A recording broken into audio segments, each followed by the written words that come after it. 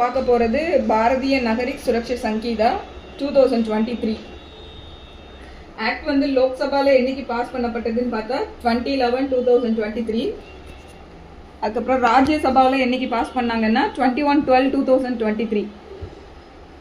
பிரசிடென்ட்டோட ascent வந்து என்னைக்கு வாங்கினாங்கன்னா 25/12/2023 பிரசிடென்ட்டோட ascent வாங்கப்பட்டது.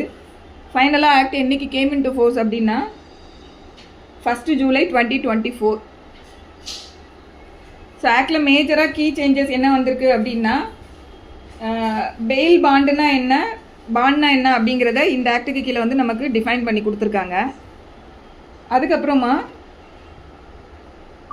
மெஜாரிட்டி ஆஃப் தி ஏரியாவில் என்ன பண்ணியிருக்காங்கன்னா எல்லாத்துக்குமே டைம் பவுண்டட் மேனரில் ப்ரொசீடிங்ஸ் எல்லாம் வந்து இந்த பர்டிகுலர் டைமுக்குள்ளே முடிக்கணும் அப்படிங்கிற மாதிரி அந்த ஸ்பீடி டிஸ்போசல் அப்படின்னு சொல்லக்கூடிய நம்மளோட ஃபண்டமெண்டல் ரைட் ஆர்டிகல் 21 வந்து கேரண்டி பண்ணப்பட்ட அந்த இதுக்காக டைம் பவுண்டட் மேனரில் முடிக்கிறதுக்கான ப்ரொவிஷன்ஸ் நிறையா கொண்டு வந்திருக்காங்க. ஸோ அதுக்கப்புறம் ப்ளீடர் அப்படிங்கிற வேர்டை வந்து அட்வொகேட் அப்படிங்கிற ப்ளீடர்ன்ற வேர்டை it is replaced by advocate. So முன்னாடி வந்து ப்ளீடர்ன்ற இடத்துலலாம் இப்போ அட்வொகேட்ன்ற வேர்டு ரீப்ளேஸ் பண்ணியிருக்காங்க. தென் ரொம்ப முக்கியமான ஒரு மேஜர் சேஞ்ச் என்ன அப்படின்னா இந்த ஆக்டில் வந்து ஹேண்ட்கஃப் வந்து வெளிப்படையாகவே வந்து எக்ஸ்ப்ரெஸ்ஸாகவே வந்து அலோவ் பண்ணுறாங்க. ஸோ நமக்கு முன்னாடி சிஆர்பிசியில் அந்த மாதிரி எக்ஸ்ப்ரெஸ்ஸாக வந்து ஹேண்ட்கஃபிங்கிறது வந்து அலோவ் பண்ணுற மாதிரி இல்லை. பட் சம் எக்ஸப்ஷனல் கேசஸில் வந்து ஈவன் ஹேண்ட்கஃபிங் வந்து போடக்கூடாது அப்படிலாம் வந்து நமக்கு நிறையா ஜட்ஜ்மெண்ட்ஸ் இருக்குது. பட் இங்கே வந்து இந்த ஆக்டில் எக்ஸ்ப்ரெஸ்ஸாகவே வந்து ஹேண்ட்கஃபிங் வந்து அலோவ் பண்ணுறாங்க. அடுத்து period of police remand. So இந்த ஏரியாவில் ஒரு மேஜர் சேஞ்ச் கொண்டு வந்திருக்காங்க. முன்னாடி சிஆர்பிஸில் 167 இருந்தது, இப்போ வந்து 197 இந்த இருக்குது. ஸோ இதில் வந்து இந்த 60 days 90 daysக்குள்ளே வந்து ஃபஸ்ட்டு ஒரு 15 நாளைக்குள்ளே அவங்க ரிமாண்ட் எடுக்கணும் அப்படின்ற மாதிரி இருந்தது. இப்போ ஃபஸ்ட்டு 40 daysக்குள்ளே அவங்க எப்போ வேணும்னாலும் ரிமாண்ட் எடுக்கலாம் அப்படிங்கிறது கொண்டு வந்திருக்காங்க. ஸோ இது நம்ம 197 அந்த செக்ஷன் வரும்போது இன்னும் டீட்டெயிலாக அதை பார்க்கலாம். ஸோ ஃபஸ்ட்டு செக்ஷன் 1 பார்த்துலாம். Chapter 1 preliminary. As usual section 1 வந்து short title, extent and commencement. So ஆக்டோட நேம் பாரதிய நகரிக் சுரக்ஷா சங்கீதா 2023. இதோட அப்ளிகபிலிட்டி வந்து the provision of the Sanhita other than those relating to chapter 9 and 11 and 12 thereof shall not apply to the state of Nagaland to the tribal areas. So state of Nagaland and tribal ஏரியாஸ்க்கு வந்து இந்த act வந்து extend ஆகாது அப்படிங்கிறத சொல்லிட்டாங்க. So இது வந்து extend ஆகாது அப்படின்னா கூட அந்த கன்சர்ன் ஸ்டேட் கவர்மெண்ட் அவங்களுக்கு எக்ஸ்டெண்ட் ஆகும் அப்படி பண்ணணும் அப்படின்னு அந்த கவர்மெண்ட் விரும்புனாங்கன்னா they can do it by issuing a notification. So அதுதான் வந்து கீழே அடுத்த ஃபர்தராக கீழே சொல்கிறாங்க. But the concern state yes ma'am okay. So, but the concerned state government may by notification apply such provision or any of them to the whole or part of the state of Nagaland or such tribal areas as may be within such supplemental, incidental or consequential modifications as may be specified in the notification. So, notification மூலமாக இந்த chapters வந்து அவங்களுக்கு extend பண்ணிக்கலாம் அப்படிங்கிறத இதில் சொல்லியிருக்காங்க. தென் இதில் tribal ஏரியாஸ்னால் tribal ஏரியாங்கிறது என்ன அப்படிங்கிறதுக்கான எக்ஸ்பிளனேஷன் தான் கீழே கொடுத்துருக்காங்க. ஸோ ட்ரைபல் ஏரியா அப்படிங்கிறது நமக்கு paragraph 20 of the 6th schedule of Indian கான்ஸ்டிடியூஷனில் வந்து ரெஃபர் பண்ணப்பட்டிருக்கதை நம்ம ட்ரைபல் ஏரியாஸ்ன்னு எடுத்துக்கணும் அப்படிங்கிறது இந்த எக்ஸ்பிளனேஷனில் சொல்லியிருக்காங்க. தென் சப் கிளாஸ் 3ல் it shall came into force on such date as the central government may by notification in this official gazette appoint. So அதான் அஃபிஷியல் கவர்மெண்ட்டில் நமக்கு சொல்லப்பட்ட தேதி தான் அந்த 1/7/2024. ஸோ அப்பத்துலேருந்து ஆக்ட் வந்து came into force. So now we are moving to section 2 definition clause. Definition எப்போவுமே ரொம்ப முக்கியமானது நமக்கு தெரியும். ஸோ இதில் ஒரு டெஃபினிஷன் டீட்டெயிலாக பார்த்துடலாம். செக்ஷன் 2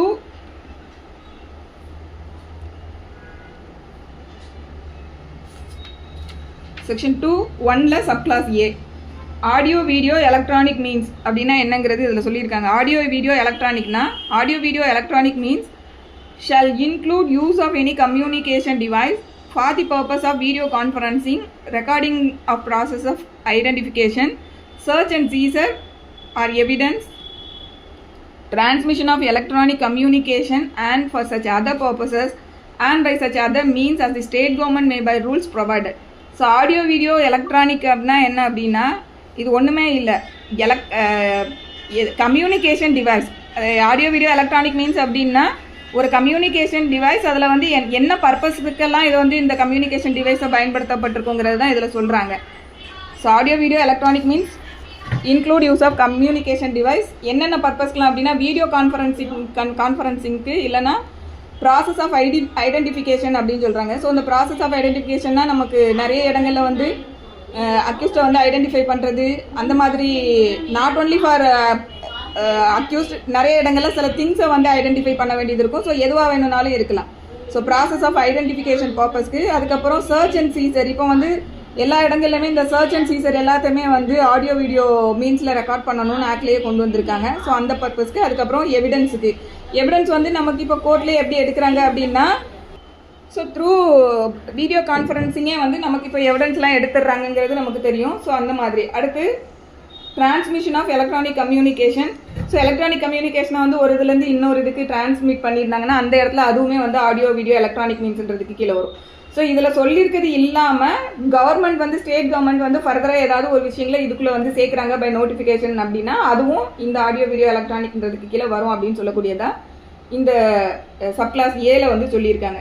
ஸோ இந்த ஆடியோ வீடியோ எலக்ட்ரானிக்னு சொல்லக்கூடியது நியூலி இன்கார்பரேட்டட் ப்ரொவிஷன். சிஆர்பிஸில் இல்லை, இதில் புதுசாக சேர்த்துருக்காங்க. ஸோ 2B வந்து பெயில் தான்.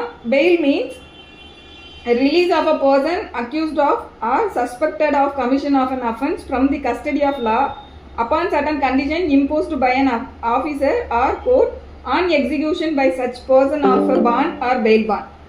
ஸோ ஃபஸ்ட்டு பெயில் அப்படின்னா என்ன அப்படின்னா, இது வந்து ஒரு பர்சனை ரிலீஸ் பண்ணுறது, அதுதான் வந்து பெயில் அப்படிங்கிறத முதல்ல சொல்கிறாங்க. So release of a person. So ஒரு நபரை ரிலீஸ் பண்ணுறாங்கும் போது அந்த நபர் யாராக இருக்கணும் அப்படின்னா, ஒன்று அவர் அக்யூஸ்டாக இருந்திருக்கலாம், இல்லை சஸ்பெக்டட் பர்சனாக இருந்து அவர் அரெஸ்ட் பண்ணப்பட்டிருக்கலாம். ஸோ ரெண்டு பேரில் எப்படி இருந்தாலும் சரி. ஸோ ஒரு அக்யூஸ்ட் இல்லைனா ஒரு suspected of commission of offence, அந்த பர்சனை ரிலீஸ் பண்ணக்கூடியதுக்கு பேர் தான் பெயில். சரி, எங்கேருந்து ரிலீஸ் பண்ணணும் அப்படின்னா, from the custody of law, சட்டத்தின் பிடியிலிருந்து அவரை வந்து வெளியில் விடுறது. So from the custody of law. சரி, அவரை வெளியில் விடும்போது எப்படி வெளியில் விடணும் அப்படின்னா, சும்மா அப்படியே வெளில விட்டுருவாங்களான்னா விட மாட்டாங்க. சில கண்டிஷன்ஸை வந்து கோர்ட்டு இல்லைனா கோர்ட்டை ப்ரெசைட் பண்ணக்கூடிய அந்த ஆஃபீஸர் வந்து சில கண்டிஷன்ஸை வந்து இம்போஸ் பண்ணுவாங்க. ஸோ அதுதான் அடுத்து சொல்கிறாங்க. Upon certain condition imposed by an officer or court. சரி, இந்த கண்டிஷனை வந்து அவர் அப்படியே ஓரலாக சொல்லிட்டு, கோர்ட் ஓரலாக சொல்லிட்டு அப்படியே விட்டுருவாங்களான்னா அப்படி கிடையாது. ஸோ அப்படி என்னன்னா, அவர் பெயில் இல்லைனா பெயில் பாண்ட் இதை எக்ஸிக்யூட் பண்ணி கொடுக்குறதன் மூலமாக தான் அந்த இதில் தான் அவர் அந்த கண்டிஷன்ஸ் எல்லாம் வந்து நான் பெர்ஃபார்ம் பண்ணுறேன்றதை அவர் சொல்லி அதில் வந்து கையெழுத்து போட்டு கொடுப்பாரு. ஸோ இது எல்லாம் சொல்லக்கூடியதான் பெயில். அப்போ பெயில் அப்படின்னு சொல்லக்கூடியது ஒரு பர்சனை, ஒரு அக்யூஸ்டு பர்சன் இல்லைனா ஒரு சஸ்பெக்டட் பர்சனை வந்து ரிலீஸ் பண்ணக்கூடியது. எங்கே இருந்து அப்படின்னா, from the custody of law.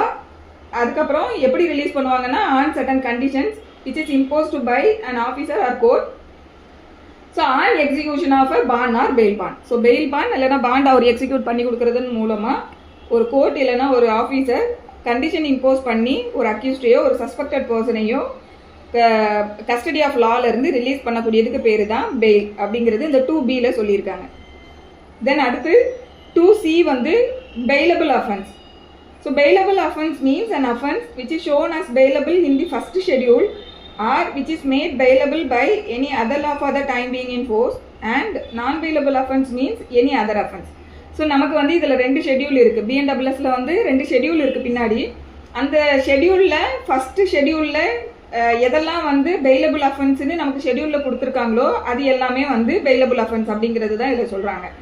So அந்த ஷெடியூலில் நமக்கு வந்து அஃபென்ஸு, ப்ரொவிஷன் ஆஃப் அஃபென்ஸு, அதுக்கப்புறம் அது என்ன அஃபென்ஸு, அது காக்னிசபிளா நான் காக்னிசபிளா, பெயிலபிளா நான் பெயிலபிளா, அதுக்கப்புறம் ட்ரையபிள் பை விச் கோர்ட் அப்படிங்கிறது அந்த ஷெடியூலில் கொடுத்துருப்பாங்க.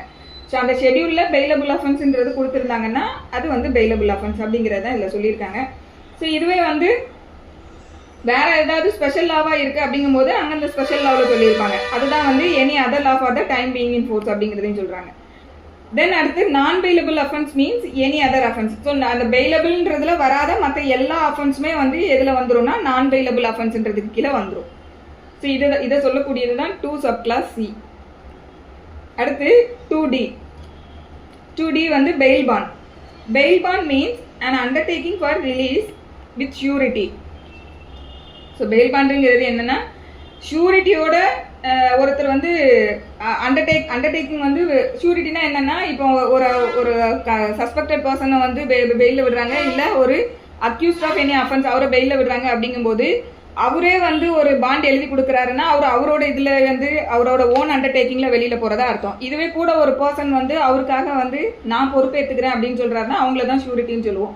ஸோ அப்போ பெயில் பாண்ட் அப்படின்னா என்னன்னா, means an undertaking for release with surety. So ஷூரிட்டியோட ஒரு ரிலீஸுக்கு அண்டர்டேக்கிங் கொடுத்து வர்றது தான் வந்து பெயில் பாண்ட் அப்படிங்கிறது இந்த 2D வந்து சொல்லியிருக்காங்க.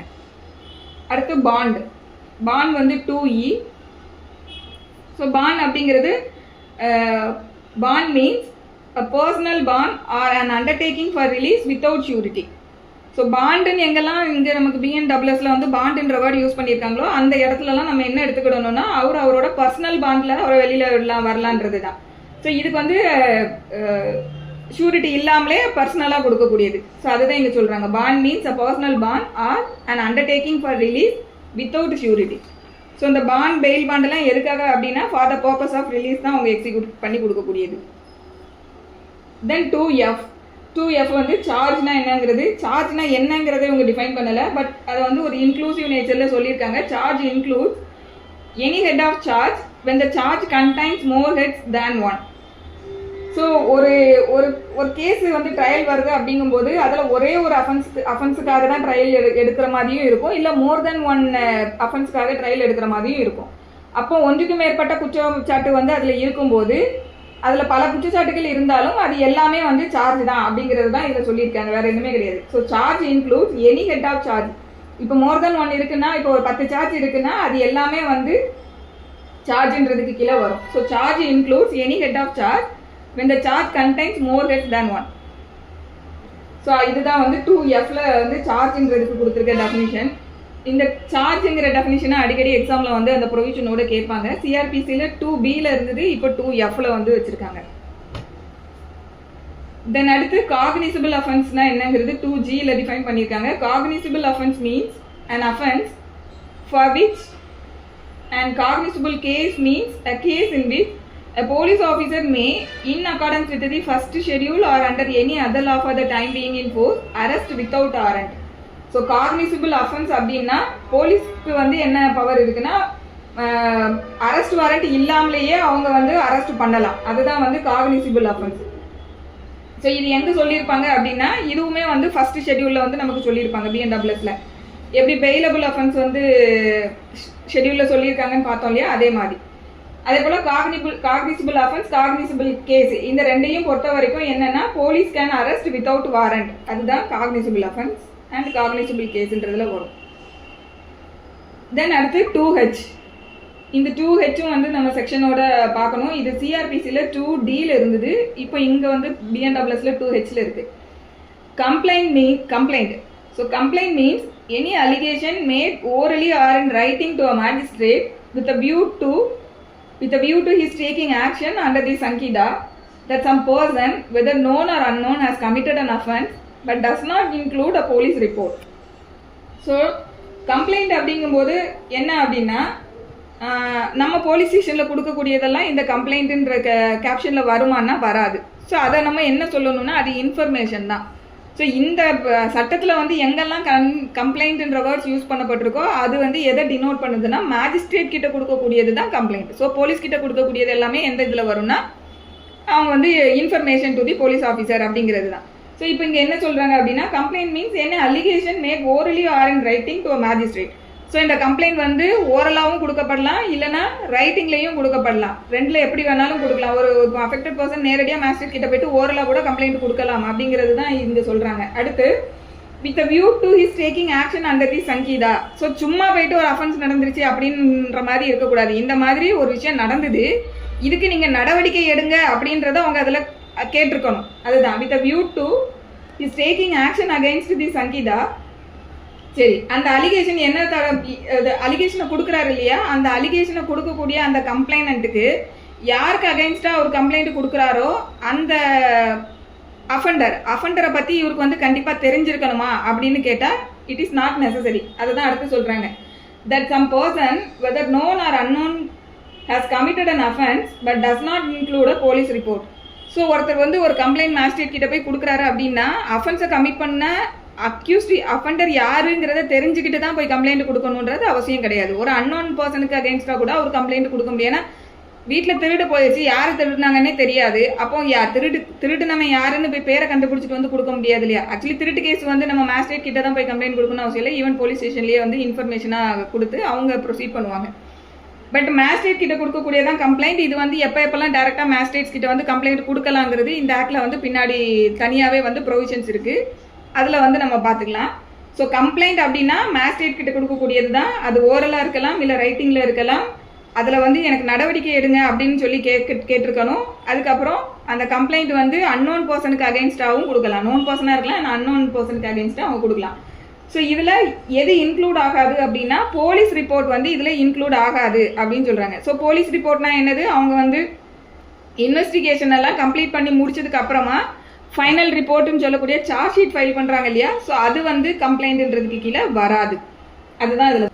நெக்ஸ்ட் வந்து அதுலேயே ஒரு எக்ஸ்பிளனேஷன் இருக்குது. So explanation, a report made by a police officer in a case which discloses after investigation the commission of a non-cognizable offence shall be deemed to be a complaint and the police officer by whom such a report is made shall be deemed to be a complaint. So கம்ப்ளைண்ட்ல மேலே என்ன சொல்லிட்டாங்க, complaint does not include police report அப்படின்னு சொல்கிறாங்க இல்லையா. அதுக்கான exception தான் இந்த எக்ஸ்பிளனேஷனில் சொல்லியிருக்காங்க. ஒரே ஒரு இடத்துல மட்டும் போலீஸ் கொடுக்கக்கூடிய அந்த போலீஸ் ரிப்போர்ட் வந்து கம்ப்ளைண்ட்டாக டீம் பண்ணப்படும். எப்போ அப்படின்னு பார்த்தோம்னா அதை தான் இதில் சொல்கிறாங்க. A report made by a police officer, அப்படின்னா அது வந்து ஒரு police report. In a case which discloses after investigation the commission of a non cognisable offence. இப்போ ஒரு கம்ப்ளைண்ட் வந்து ஒரு போலீஸ் ஸ்டேஷனில் போய் கொடுத்துருக்காங்க. அந்த கேஸை வந்து கம்ப்ளைண்ட்டில் ஒரு இன்ஃபர்மேஷன். ஸோ நம்ம லீகலாக பேசணும்னா போலீஸ் கிட்ட கொடுக்குறது இன்ஃபர்மேஷன் தான். ஸோ ஒரு இன்ஃபர்மேஷன் வந்து போலீஸ் ஸ்டேஷனில் கொடுத்துருக்காங்க. அவர் வந்து இது வந்து ஒரு காக்னிசபிள் கேஸ் மாதிரி இருக்கே அப்படின்னு நினச்சி அவர் வந்து அதை இன்வெஸ்டிகேட் பண்ணியிருப்பார். அதுக்கப்புறம் அவர் இன்வெஸ்டிகேட் பண்ணினதுக்கப்புறம் தான் அந்த போலீஸ்க்கு என்ன தெரிய வருதுன்னா, இல்லை இது வந்து நான் காக்னிசபிள் அஃபென்ஸ் அப்படின்னு அவருக்கு தெரியுது. அவர் வந்து ரிப்போர்ட் வந்து கோர்ட்டில் ஃபைல் பண்ணுறாரு. இது மாதிரி ஒரு நான் காக்னிசபிள் அஃபென்ஸு வந்து கமிட் ஆயிருக்கு அப்படின்னு ஒரு ரிப்போர்ட் ஃபைல் பண்ணுவார். ஸோ இந்த மாதிரி ஒரு நான் காக்னிசபிள் அஃபென்ஸ் தான் கமிட் ஆயிருக்குன்னு சொல்லி போலீஸ் வந்து கோர்ட்டில் தாக்கல் பண்ணக்கூடிய போலீஸ் ரிப்போர்ட்டை கம்ப்ளைண்ட்டாக நீதிமன்றம் கருதணும், டீம் பண்ணிக்கிடணும், டீமிங் ப்ரொவிஷன். ஸோ அதுதான் deemed to be a complaint அப்படின்னு சொல்கிறாங்க. அடுத்து சரி, இப்போ அப்போ இதில் யார் கம்ப்ளைனன்ட்டு? இப்போ மேலே பார்த்ததுல கம்ப்ளைனன்ட்ன்றது எனி பர்சன் போயிட்டு ஓரலாவோ ரிட்டனாவோ கொடுக்குறாங்க, அவங்க கம்ப்ளைண்ட். இந்த இடத்துல வந்து இன்ஃபர்மேஷனை போலீஸ் ஸ்டேஷனில் கொடுத்தது ஒரு சம் XRY, யாரோ ஒருத்தங்க போலீஸ் கிட்ட ஒரு இன்ஃபர்மேஷன் கொடுத்துருக்காங்க. Based on that information the police has done investigation and then they filed their report before the court of law. இப்போ இந்த இடத்துல யார் வந்து கம்ப்ளைனன்ட் அப்படின்னு பார்க்கும்போது இந்த போலீஸ் ரிப்போர்ட்டை ஃபைல் பண்ணக்கூடிய அந்த போலீஸ் ஆஃபீஸர் தான் கம்ப்ளைனண்ட்டாக வருவார். ஸோ அதுதான் இந்த எக்ஸ்பிளனேஷனில் சொல்லியிருக்காங்க. ஸோ இது வந்து கம்ப்ளைண்ட் அப்படின்னு சொல்லக்கூடியதுல இருக்கக்கூடிய விஷயம். ஸோ அதுதான் அந்த செகண்ட் பார்ட்டில் சொல்கிறாங்க. அந்த police officer by whom such report is made shall be deemed to be the complainant. Okay. Then அடுத்து 2I எலக்ட்ரானிக் கம்யூனிகேஷன். ஸோ 2Aல வந்து யூஸ் ஆஃப் எனி கம்யூனிகேஷன் அப்படிங்கிறது பார்த்துருப்போம். ஸோ இங்கே வந்து எலக்ட்ரானிக் கம்யூனிகேஷன்னா என்னங்கிறது சொல்கிறாங்க. Electronic communication means the communication of any written, verbal, pictorial information or video content transmitted or transferred whether from one person to another or from one device to another or from a person to a device or from a device to a person by means of an electronic device including a telephone, mobile phone or other wireless telecommunication device or a computer or audio video player or camera or any other electronic device or electronic form as may be specified by notification by the central government. So electronic communication அப்படினா என்னன்னா, it is a communication in the form of verbal, written or pictorial information or video content. So இந்த மெத்தட்ல எந்த மெத்தட்ல இருந்தாலும் சரி அதை வந்து ஒரு கம்யூனிகேட் ஆகுது அப்படின்னா அதுதான் வந்து எலக்ட்ரானிக் கம்யூனிகேஷன். த்ரூ எலக்ட்ரானிக் மீன்ஸில் அது வந்து கம்யூனிகேட் ஆகுது.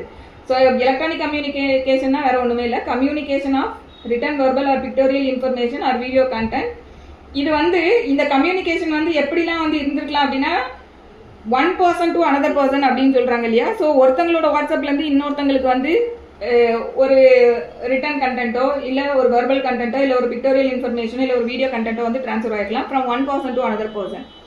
அடுத்து என்ன சொல்றாங்க அப்படின்னா from one device to another. இப்போ ஒரு பென்ட்ரைவ்ல இருந்து இன்னொரு பென்ட்ரைவுக்கோ இல்லை ஒரு சிடிலையோ காப்பி பண்றாங்க அப்படிங்கும்போது ஒன் டிவைஸ் டு அனதர் டிவைஸ்க்கு வந்து அங்கே டிரான்ஸ்ஃபார்ம் ஆகுது இல்லை டிரான்ஸ்மிட் ஆகுது. தென் அடுத்து என்ன சொல்றாங்க from a person to a device. இப்போ என்னோட இதில் இருக்கக்கூடிய இருக்கதை நான் வேற ஒரு டிவைஸ்ல காப்பி பண்றேன் அப்படிங்கும்போது அது from a person to device அப்படின்னு ஆகும். அடுத்து வந்து டிவைஸ் டு பர்சன். ஏற்கனவே ஒரு பென்ட்ரைவ்லையோ இல்லை வேற ஏதோ ஒரு இதில் சிடிலையோ இருக்கு, அதை நான் என்னோட ஃபோனுக்கு வந்து இது பண்ணும்போது அது டிவைஸ் டு பர்சன் அப்படின்றதுக்குள்ள வரும். ஸோ இந்த மாதிரி எப்படி இருந்தாலும் சரி ஒரு கம்யூனிகேஷன் இந்த ஃபார்ம்ல எப்படி இருந்தாலும் சரி இந்த மாதிரி எலக்ட்ரானிக் டிவைஸ் மூலமா இது நடக்குது அப்படின்னா that is called electronic communication. So இதுக்குள்ள வேற என்னெல்லாம் இன்க்ளூட் ஆகும் அப்படின்னா டெலஃபோன் கம்யூனிகேஷனும் வரும், மொபைல் ஃபோன் கம்யூனிகேஷன், இல்லைனா any other wireless communication, computer மூலமாக நடக்கக்கூடியது, அப்புறம் audio video player, camera or any other electronic டிவைஸ்ன்னு சொல்லிட்டாங்க. இது வந்து எக்ஸாஸ்டிவாக இருக்கா அப்படின்னு கேட்டோம்னா எக்ஸாஸ்டிவாக இல்லை, it is only in the nature of illustrative. So இதில் இருக்கிறதே இல்லஸ்ட்ரேட்டிவ் தான். அதை தாண்டி அவங்க என்ன சொல்கிறாங்கன்னா இன்னும் இதில் ஆட் பண்ணுறது வந்து சென்ட்ரல் கவர்மெண்ட் நினச்சாங்கன்னா இதில் இன்னுமே வந்து இந்த டிவைசஸை வந்து இன்க்ளூட் பண்ணிக்கலாம். By notification central government can include any other டிவைஸ்ன்றது இதில் சொல்லிட்டாங்க. வேற எந்த ஃபார்ம்லனாலும் இதை அவங்க சேர்த்துக்கலாம். ஸோ இது சொல்லக்கூடியது செக்ஷன் 2I. ஸோ இந்த எலக்ட்ரானிக் கம்யூனிகேஷன் அப்படின்னு சொல்லக்கூடியது நியூலி இன்கார்பரேட்டட் ப்ரொவிஷன் பிஎன்டபிள்யூஎஸ்ல சிஆர்பிஸ்ல இது இல்லை. அதே போல் மேலே பார்த்தோம் இல்லையா பாண்ட் அண்ட் பெயில் பாண்ட், அந்த ரெண்டுமே வந்து newly incorporated provision. The next 2J, High Court. High Court means in relation to any state, the High Court for the state. So ஒரு மாநிலத்தை பொறுத்த வரைக்கும் உயர் நீதிமன்றம் அப்படிங்கிறது அந்த ஸ்டேட்ல இருக்கக்கூடிய உயர் நீதிமன்றம் தான் ஹைகோர்ட் அப்படிங்கிறது ஃபர்ஸ்ட் சொல்றாங்க. அடுத்து in relation to union territory to which the jurisdiction of the high court for a state has been extended by law the high court. இப்போ யூனியன் டெரிட்டரியை பொறுத்த வரைக்கும் இந்த ஒரு பர்டிகுலர் ஸ்டேட்டோட ஜூரிஸ்டிக்ஷன் வந்து யூனியன் டெரிட்டரி வரைக்கும் எக்ஸ்டெண்ட் ஆகுது அப்படிங்கும்போது அந்த பர்டிகுலர் ஸ்டேட்டோட ஹைகோர்ட் தான் அவங்களுக்கும் ஹைகோர்ட். இப்போ உதாரணத்துக்கு நமக்கு எடுத்துக்கிட்டோம்னா நமக்கு பக்கத்தில் பாண்டிச்சேரி யூனியன் டெரிட்டரி இருக்குது, அவங்களுக்கு தனியாக ஹைகோர்ட் கிடையாது. ஸோ அவங்களுக்கு வந்து நம்ம மெட்ராஸ் ஹைகோர்ட்டோட இது வந்து ஜூரிஸ்டிக்ஷன் அவங்களுக்கும் எக்ஸ்டெண்ட் ஆகுது. ஸோ இந்த மாதிரி எக்ஸ்டெண்ட் ஆகும்போது அது. அடுத்து in relation to any other union territory the highest court of criminal appeal for the territory other than the supreme court of India. இப்போ சப்போஸ் வந்து ஏதாவது ஒரு யூனியன் டெரிட்டரிக்கு இந்த மாதிரி பக்கத்தில் உள்ள ஸ்டேட்டோடது வந்து எக்ஸ்டெண்ட் ஆகலை அப்படிங்கும்போது அந்த மாதிரி இருக்கக்கூடிய யூனியன் டெரிட்டரியை பொறுத்த வரைக்கும் அங்கே வந்து எது ஹையஸ்ட் கோர்ட் ஆஃப் கிரிமினல் அப்பீலாக வந்து இருக்காங்களோ அவங்க தான் அவங்கள பொறுத்த வரைக்கும் ஹை கோர்ட் அப்படிங்கிறது இதில் சொல்கிறாங்க. பட் இதுக்குள்ள வந்து சுப்ரீம் கோர்ட் வராது அப்படிங்கிறது இதில் சொல்லியிருக்காங்க. ஸோ இது வந்து 2J. தென் 2K வந்து inquiry. Inquiry means every inquiry other than a trial conducted under the Sankida by a magistrate or court. So enquiry வந்து முக்கியமான டெஃபினிஷன். இது வந்து 2Gல இருந்தது சிஆர்பிசில, இப்போ இங்க வந்து 2Kல இருக்கு. என்கொயரி அப்படின்னு சொல்லும்போது அதர் தான ட்ரையல் அப்படின்னு சொல்றாங்க. ஸோ ஒரு நீதிமன்றத்தால கண்டக்ட் பண்ணக்கூடிய ட்ரையலை தவிர்த்து மீதி எல்லாமே என்கொயரி. அப்போ ட்ரையலுக்கு முன்னாடி நடக்கக்கூடியது தான் வந்து என்கொயரின்னு சொல்றாங்க. அது ஸோ இந்த மாதிரி ட்ரையல் அப்படின்னு சொல்லக்கூடிய ஒரு விஷயத்த கமெண்ட்ஸ் ஆகுறதுக்கு முன்னாடி நடக்கக்கூடியது எல்லாமே வந்து இன்கொயரின்ற ஸ்டேஜுக்கு கீழே வரும். ஸோ அதை தான் இந்த 2Kல வந்து சொல்லியிருக்காங்க. ஒரு நிமிஷம், போலீஸ் கண்டக்ட் பண்ணக்கூடியதுக்கு பேர் வந்து இன்வெஸ்டிகேஷன். அது வந்து நமக்கு அதாவது நமக்கு கீழே அடுத்தப்ப டெஃபினிஷன்லேயே அவங்க கொடுத்துருக்காங்க. போலீஸ் கண்டக்ட் பண்ணக்கூடியது வந்து இன்வெஸ்டிகேஷன் கீழே கொடுத்துருக்காங்க. இது வந்து இன்கொயரி அப்படின்னு சொல்லக்கூடியது ட்ரையல் இல்லாத எல்லாத்தையும் இன்கொயரி அப்படின்னு. நமக்கு கோர்ட்டில் வந்து என்கொயரின்னு ஒன்று போடுவாங்க. அது எப்போ போடுவாங்க அப்படின்னா ட்ரையல் கமெண்ட்ஸ் ஆனதுக்கு அப்புறமா சப்சிக்வெண்ட்டாக வரக்கூடிய இதை வந்து எப்படி போடுவாங்கன்னா என்கொயரி ENQன்னு போடுவாங்க.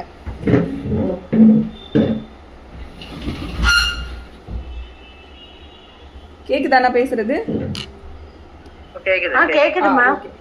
அதான் இங்க நமக்கு கோர்ட்ல வந்து என்கொயரி அப்படின்னு சொல்லி போடுவாங்க. அது எப்போ போடுவாங்க அப்படின்னா ட்ரையல் வந்து கமெண்ட்ஸ் ஆனதுக்கு அப்புறமா வந்து போடக்கூடியது வந்து என்கொயரி அப்படின்னு போடுவாங்க.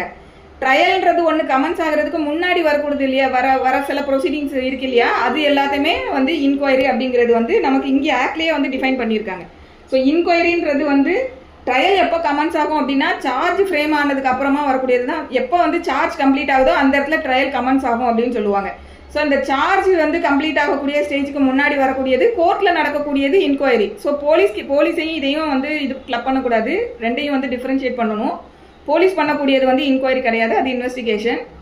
இன்கொயரி முடிஞ்சதுக்கு அப்புறமா திருப்பி கோர்ட்டில் ட்ரையல் ஸ்டேஜ் வரும்போது அவங்க வந்து அதை என்கொயரி அப்படின்னு சொல்லி போடுவாங்க. தென் இன்வெஸ்டிகேஷன் அப்படிங்கிறது என்னங்கிறது 2L போட்டிருக்காங்க. அது வந்து 2H, முன்னாடி நமக்கு சிஆர்பிஸில் 2H இருந்தது, இப்போ வந்து 2L இருக்கு.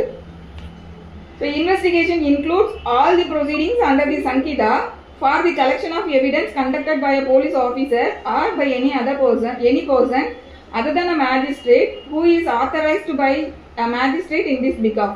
So investigation அப்படிங்கும்போது includes all proceedings under the சங்கீதான்னு சொல்லிட்டாங்க. அப்போ போலீஸ் வந்து இந்த ப்ரொசீஜரல் லாவுக்கு கீழே எவிடன்ஸை கலெக்ட் பண்ணுறதுக்காக என்னென்ன ப்ரொசீடிங்ஸ் வந்து பண்ணுறாங்களோ அது எல்லாமே இந்த இன்வெஸ்டிகேஷன் அப்படிங்கிறத சொல்லிட்டாங்க. அடுத்து or by any person other then a magistrate who is authorised by a magistrate in this பிகாப். போலீஸ்காரங்க கண்டக்ட் பண்ணுறது மட்டும்தான், அவங்க மட்டும்தான் இன்வெஸ்டிகேஷன் கண்டக்ட் பண்ண முடியுமா அப்படின்னா ஆக்ட் என்ன சொல்லுது அப்படின்னா other than police officer also can conduct the investigation but he should be authorised by a magistrate அப்படிங்கிறது இங்கே தெளிவாக சொல்லிட்டாங்க. ஸோ அப்போ ஒரு போலீஸ் ஆஃபீஸர் இல்லாது வேற ஒரு பர்சனை கூட மேஜிஸ்ட்ரேட் நினைச்சாங்கன்னா அவங்கள வந்து இன்வெஸ்டிகேட் பண்ணுங்க அப்படின்னு சொல்லி மேஜிஸ்ட்ரேட் ஆத்தரைஸ் பண்ணுறதுக்கான காம்பிடன்சி மேஜிஸ்ட்ரேட்டுக்கு இருக்கு. ஸோ இது சரி. அப்போ இந்த இன்வெஸ்டிகேஷனில் யார் வரமாட்டாங்க அப்படின்னா மேஜிஸ்ட்ரேட்னு சொல்லக்கூடியவங்க, அதாவது கோர்ட்டில் நமக்கு இருக்கக்கூடிய மேஜிஸ்ட்ரேட் வந்து இதில் வரமாட்டாங்க.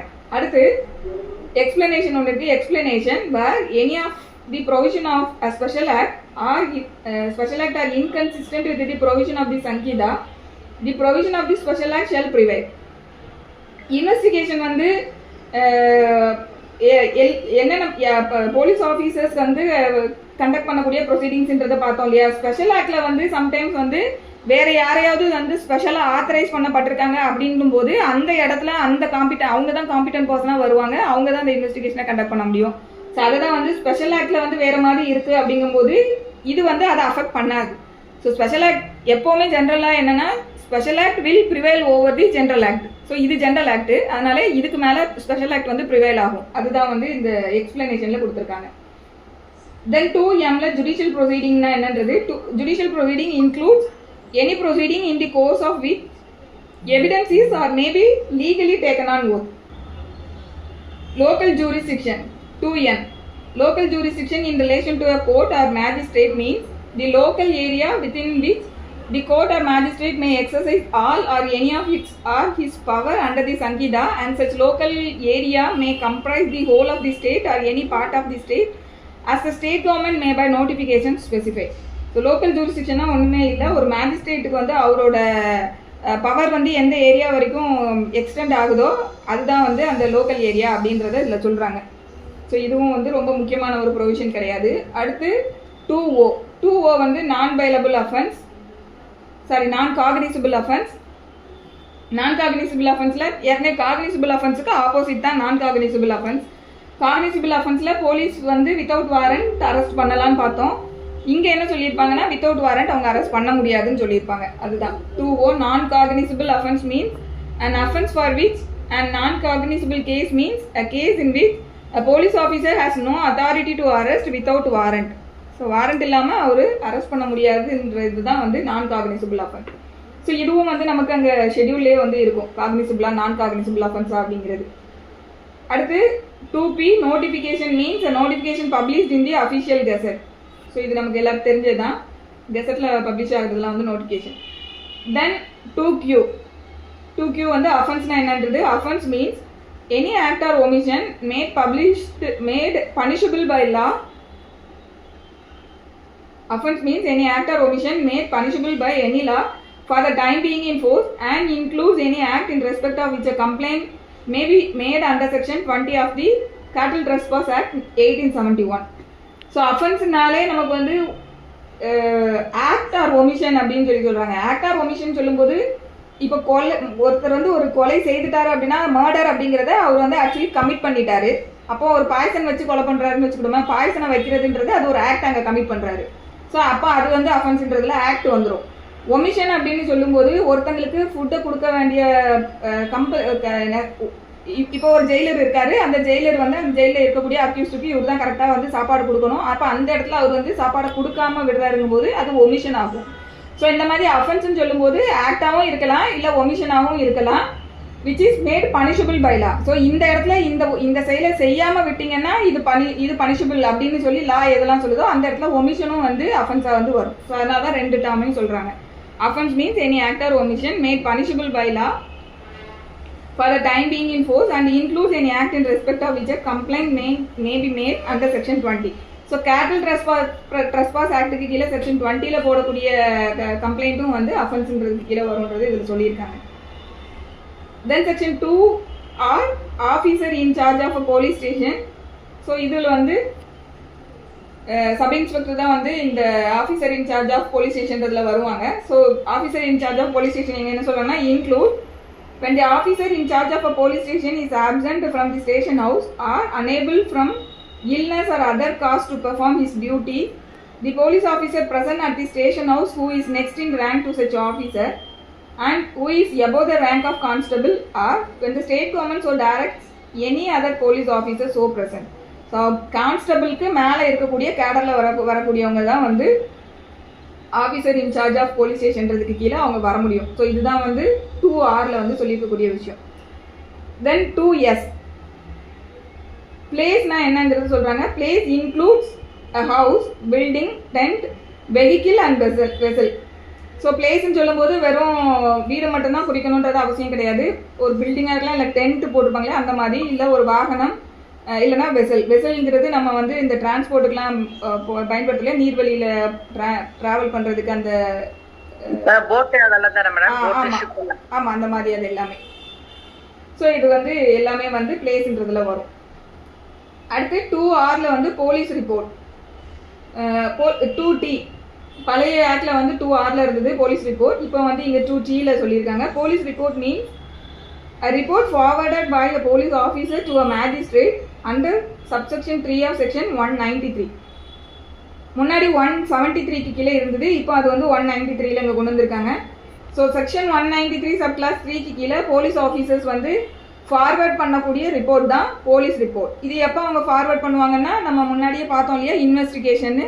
ஸோ அந்த ஒன்ஸ் அவங்க இன்வெஸ்டிகேஷனை கம்ப்ளீட் பண்ணதுக்கு அப்புறமா அந்த இன்வெஸ்டிகேஷனில் கலெக்ட் பண்ணின எல்லா informations along with relevant documents எல்லாம் வச்சு அவங்க வந்து மேஜிஸ்ட்ரேட்டுக்கு அதை ஃபார்வர்ட் பண்ணுவாங்க. அந்த ஃபார்வர்ட் பண்ணணும்னு சொல்லக்கூடிய அந்த ப்ரொவிஷன் தான் 193 சப் கிளாஸ் 3. ஸோ அந்த ப்ரொவிஷனுக்கு கீழே கொடுக்குறது தான் police report. Then 2U police station means any post or place declared generally or specially by the state government to be a police station and includes any local area specified by the state government in this behalf. So police station அப்படின்னு சொல்லும்போது state government வந்து எதை police station அப்படின்னு சொல்லி ஒரு declare பண்ணியிருக்காங்களோ அதுதான் வந்து police station அப்படிங்கிறது ஃபஸ்ட்டு சொல்கிறாங்க. இது இல்லாமல் வேறு ஏதாவது வந்து கவர்மெண்ட்டு வேறு ஏதாவது ஒரு லோக்கல் ஏரியாவை இதுவும் போலீஸ் ஸ்டேஷன் அப்படின்னு கவர்மெண்ட் வந்து டிக்ளேர் பண்ணுறாங்க அப்படின்னா அந்த இடமும் இந்த போலீஸ் ஸ்டேஷன்றதுக்கு கீழே வரும் அப்படின்னு சொல்லக்கூடியது தான் இந்த 2U. Then 2V public prosecutor. Public prosecutor means any person appointed under section 18 and includes any person acting under the direction of a public prosecutor. So public prosecutor நம்ம செக்ஷன் 18 பார்க்கும்போது அதில் யாரெல்லாம் வந்து அப்பாயிண்ட் பண்ணலான்றது டீட்டெயிலாக இருக்குது, அதில் பார்க்கலாம்.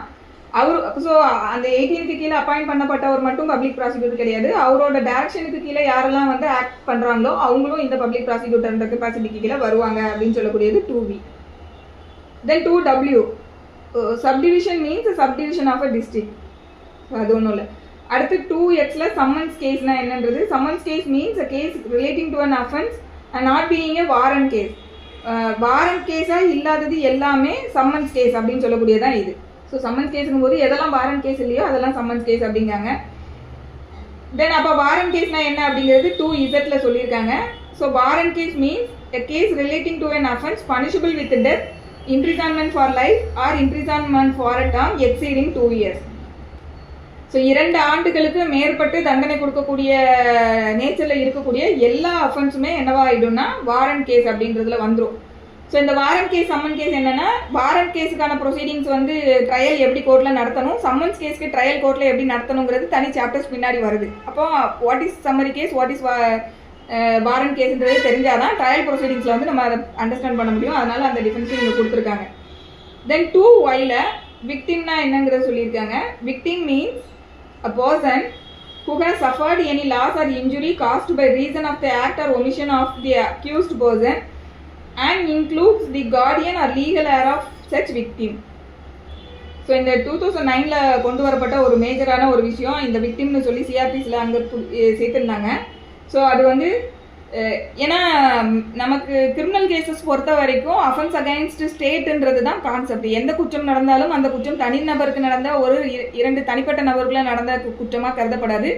அரசுக்கு எதிரான குற்றமாக தான் குற்றங்களை வந்து லா வந்து எடுத்துக்கிறாங்க இல்லையா. அப்போ அதை வந்து ஸ்டேட்டு தான் அந்த கேஸை நடத்துகிறாங்க. ஏன்னா அஃபென்ஸ் அகைன்ஸ்ட் ஸ்டேட்டாக தான் அது வந்து கருதப்படுது. அதனால ஸ்டேட்டே கேஸை நடத்துகிறாங்க. அப்படி போயிட்டு இருக்கும்போது விக்டிம்க்கு வந்து அவங்களுக்கு உள்ள விஷயங்களை வந்து ரெப்ரசன்ட் பண்ணுறதுக்கு எங்கேயுமே பெரிய அளவில் ஸ்கோப் இல்லாமல் இருக்கிற இடத்துல புதுசாக வந்து விக்டிம் மேலே நம்ம அதிகமாக கான்சென்ட்ரேட் பண்ணணும் அப்படின்னு சொல்லி கொண்டு வரப்பட்டது தான் விக்டிம் அப்படின்னு சொல்லக்கூடியது. சிஆர்பிஸில் வந்து புதுசாக இன்கார்பரேட் பண்ணியிருப்பாங்க. ஸோ அது இங்கேயும் ரிட்டைன் ஆகுது. ஸோ இதில் என்னென்னா இந்த விக்டிம்ன்றவங்களை வந்து கொண்டு வந்ததுக்கப்புறம் நிறையா வந்து அவங்களுக்கு அதில் வந்து not only the injured person, வேறு யாரும் இன்க்ளூட் ஆவாங்க அப்படின்னு பார்த்தோன்னா guardian or legal heirs of such victim அப்படின்னு சொல்கிறாங்க. ஸோ ஏன்னா சில டைமில் வந்து அஃபெக்டட் விக்டிம்னு சொல்லக்கூடியவங்க வந்து ஒரு வேளை இறந்து போயிருக்கலாம், இல்லை அவங்க ஒரு வெஜிடேட்டிவ் ஸ்டேட்டுக்கு வந்து போயிருக்கலாம், இல்லை என்ன வேணால் நடந்திருக்கலாம். அந்த மாதிரி இடத்துல அவங்கள ரெப்ரசன்ட் பண்ணுறதுக்கு கார்டியன் வருவாங்க. சில இடங்களில் வந்து லீகல் ஹேர்ஸ் வந்து கார்டியன் வந்து மோஸ்ட்லி மைனராக இருக்கும்போது இல்லை அன்சோன் மைண்ட் அந்த மாதிரி இருக்கும்போது வருவாங்க. ஸோ லீகல் ஹேர்ஸ் வந்து சப்போஸ் அவங்க இறந்தே போயிட்டாங்கும்போது லீகல் ஹேர்ஸ் அந்த இடத்துல வந்து வருவாங்க. ஸோ இப்போ விக்டிம்ன்ற கான்செப்ட் பொறுத்த வரைக்கும் இன்ஜூர்ட் பர்சன் மட்டும்தான் விக்டிமாக வரணுன்றது அவசியம் இல்லை. கார்டியன்ஸ் அண்ட் லீகல் ஹேர்ஸும் இதில் கவர் ஆவாங்க. ஸோ இந்த இதுக்கு இதில் தான் விக்டிம் சென்ட்ரிக்காக சில விஷயங்கள் கொண்டு வரப்பட்டதுக்கு அப்புறமா தான் இந்த விக்டிம் காம்பன்சேஷன் ஸ்கீம், அதுக்கப்புறம் விக்டிம்க்கு வந்து அப்பீல் போகிறதுக்கான சில ரைட்ஸ்லாம் வந்து கொடுத்தாங்க. முன்னாடி வந்து அக்யூட்டல் ஆகுறாங்க அப்படின்னு சொல்லும்போது ஒரு கேஸில் அக்யூட் ஆகுறாங்கங்கும்போது அதுக்கு அப்பீல் வந்து ஸ்டேட்டு தான் போவாங்கங்கிற மாதிரி இருந்த இடத்துல அக்யூஸ்டுக்கும் வந்து அப்பீலுக்கான ரைட்ஸு கொண்டு வந்தாங்க. அதுக்கப்புறம் கொடுக்கப்பட்ட தண்டனை கம்மியாக இருக்குது அப்படிங்கும்போது என்ஹான்ஸ்டு பனிஷ்மெண்ட்டுக்கும் வந்து விக்டிம் அப்பீல் போகலாங்கிறதெல்லாம் வந்து விக்டிம் சென்ட்ரிக்காக கொஞ்சம் மாற்றினதுக்கப்புறம் நிறைய சேஞ்சஸ் வந்து லாவில் கொண்டு வந்திருக்காங்க. ஸோ விக்டிம் அடுத்து சப்கிளாஸ் 2ல words and expression used herein and not defined but defined in the information technology act 2000 and the Bharatiya Nyaya Sanhita 2023 shall have the meaning respectively assigned to them in the act and Sangeetha. So இங்கே வந்து define பண்ணப்படலை, but ID ஆக்டில் வந்து சொல்லியிருக்காங்க. அதுக்கப்புறம் வந்து நம்ம பிஎன்எஸ்ல வந்து சொல்லியிருக்காங்க. அப்படிங்கும்போது அங்கே என்ன மீனிங் சொல்லியிருக்காங்களோ அதே மீனிங்கை இந்த சட்டத்திலையும் நம்ம எடுத்துக்கிடணும் அப்படின்னு சொல்லக்கூடியது இந்த 2 சப்கிளாஸ் 2. ஸோ இதோட டெஃபினிஷன் ஏரியா முடிஞ்சிருச்சு. தென் கன்ஸ்ட்ரக்ஷன் ஆஃப் ரெஃபரன்ஸ் அப்படின்னு சொல்லி செக்ஷன் 3ல கன்ஸ்ட்ரக்ஷன் ஆஃப் ரெஃபரன்ஸ் யார் தொடர்பு பட்டு சொல்லியிருக்காங்க அப்படின்னா, சட்டத்தில் எங்கெல்லாம் வந்து மேஜிஸ்ட்ரேட்ன்ற வேர்டு யூஸ் பண்ணியிருக்காங்களோ அந்த இடத்துல இந்த மேஜிஸ்ட்ரேட்ன்ற வேர்டு டிஸ்ட்ரிக்ட் ஜட்ஜ், அதாவது டிஸ்ட்ரிக்ட் மேஜிஸ்ட்ரேட் கலெக்டரை மீன் பண்ணுதா இல்லை கோர்ட்டில் இருக்கக்கூடிய ஜுடிஷியல் மேஜிஸ்ட்ரேட்டை மீன் பண்ணுதா அப்படின்றதுக்கான ரெஃபரன்ஸ் வந்து இந்த செக்ஷன் 3ல கொடுத்துருக்காங்க. ஸோ சப்கிளாஸ் 1ல unless the context otherwise requires any reference in any law to a magistrate without any qualifying words, magistrate of the first class or a magistrate of the second class shall in relation to any area be construed as a reference to a judicial magistrate of the first class or judicial magistrate of the second class as the case may be exercising jurisdiction in such area. So எங்கேயாவது வந்து சட்டத்தில் ஒரு இடத்துல magistrate of the first class அப்படின்னு சொல்லியிருக்காங்க, இல்லை magistrate of the second class அப்படின்னு சொல்லியிருக்காங்க. அந்த மேஜிஸ்ட்ரேட்டுன்ற வார்த்தைக்கு முன்னாடி அது வந்து டிஸ்ட்ரிக்ட் மேஜிஸ்ட்ரேட்டா ஜுடிஷியல் மேஜிஸ்ட்ரேட்டான்னு சொல்லி குவாலிஃபை பண்ணக்கூடிய வேர்டு இல்லை அப்படின்னா அந்த இடத்துலலாம் நம்ம என்ன எடுத்துக்கிடணும் அப்படின்னா அவங்க வந்து judicial magistrate of the first class, judicial magistrate of the second class தான் எடுத்துக்கிடணும் அப்படின்னு சொல்லி இந்த ஃபர்ஸ்ட் வந்து செக்ஷன் சப்கிளாஸ் 1ல சொல்றாங்க. தென் அடுத்து இது வந்து அவங்களோட ஒர்க்கை வச்சு அடுத்தப்ப கீழே சொல்றாங்க. அவங்க என்னென்ன நேச்சர் ஆஃப் ஒர்க்ஸ் வந்து ஹேண்டில் பண்ணுறாங்களோ அதை பொறுத்து கீழே சொல்கிறாங்க சப்கிளாஸ் 2ல. Where and any law other than the Sanhita. So எந்த சட்டத்தில்னாலும் சரி இந்த இதில் இல்லாது Other than the Sanghita, the functions exercisable by a magistrate relate to matters which involves the appreciation or shifting of evidence or the formulation of any decision which exposes any person to any punishment or penalty or detention in custody pending investigation, inquiry or trial, or would have the effect of sending him for trial before any court. They shall, subject to the provision of the Sanghita, be exercisable by a judicial magistrate. So ஏதாவது ஒரு சட்டத்தில் ஒரு மேஜிஸ்ட்ரேட்டுக்கான power என்ன கொடுத்துருக்காங்க அப்படின்னா, அந்த magistrate work எப்படி இருக்குன்னா, அப்ரிசியேஷன் ஆஃப் எவிடன்ஸ். அப்ரிசியேஷன்னா நம்ம அவங்க முன்னாடி கொடுக்கக்கூடிய சாட்சி இருக்குல்ல, அந்த சாட்சியத்தை வந்து ஆராய்ந்து பார்த்து பதில் சொல்லுறது. ஸோ அதுதான் வந்து அப்ரிசியேஷன் ஆஃப் எவிடன்ஸ். அடுத்து ஷிஃப்டிங் ஆஃப் எவிடன்ஸ், இதுவும் வந்து அந்த அப்ரிசியேஷன் ஆஃப் எவிடன்ஸ் கூட வரக்கூடியது. Or the formulation of any decision which exposes any person to any punishment or punishment or penalty. இது வந்து கடைசியாக அவங்க அந்த அப்ரிசியேஷன் ஆஃப் எவிடன்ஸ் இதெல்லாம் முடிச்சதுக்கு அப்புறமா either he is liable for punishment, liable for penalty or அக்யூட்டல்ன்றதை டிசைட் பண்ணக்கூடிய அத்தாரிட்டியாக அவங்க வந்து அந்த மாதிரி ஒர்க்கை செஞ்சுட்டு இருக்காங்க அப்படின்னாலும், or detention in custody pending investigation. So case பெண்டிங்கில் இருக்கும்போது அவங்கள வந்து டிடென்ஷன்னா அடைச்சி வைக்கிறது. ஸோ அவங்கள வந்து ஜெயிலில் அடைச்சி வைக்கிறதுக்கான கஸ்டடி ஜெயிலில் வைக்கிறதுக்கான அந்த மாதிரியான நேச்சரில் உள்ள பவரையும் அவங்க எக்ஸசைஸ் பண்ண முடியும் அப்படின்னா, அதாவது not only investigation stage, enquiry or trial, இந்த ஸ்டேஜஸில் கூட. அடுத்து or would have the effect of sending him for trial before any court. So இது என்னன்னா, அவரை வந்து ஜெயிலுக்கு அனுப்புறதுக்கு வந்து அவங்களுக்கு பவர் இருக்கு அப்படிங்கும் போதும். அடுத்து they shall subject to the provision of the Sanhita be exercised by a judicial match. So இந்த மாதிரி நேச்சர்லாம் வந்து ஏதாவது ஒரு ஆக்டில் வந்து சில மேஜிஸ்ட்ரேட்டுன்னு சொல்லி இந்த பவரை கொடுத்துருக்காங்க அப்படிங்கும்போது அவங்க என்னவா தான் வருவாங்க, அவங்கள என்னவா நம்ம ரெஃபரன்ஸ் எடுத்துக்கிடணும் அப்படின்னா ஜுடிஷியல் மேஜிஸ்ட்ரேட்டுன்னு எடுத்துக்கிடணும். அதுதான் வந்து இந்த ஃபர்ஸ்ட் சப் கிளாஸ் ஏல சொல்கிறாங்க. தென் சப் கிளாஸ் பியில் which are administrative or executive in nature such as the granting of a licence, the suspension or cancellation of a licence, sanctioning a prosecution or withdrawing from a prosecution, they shall, subject to the provision of class A, be exercisable by a executive magistrate.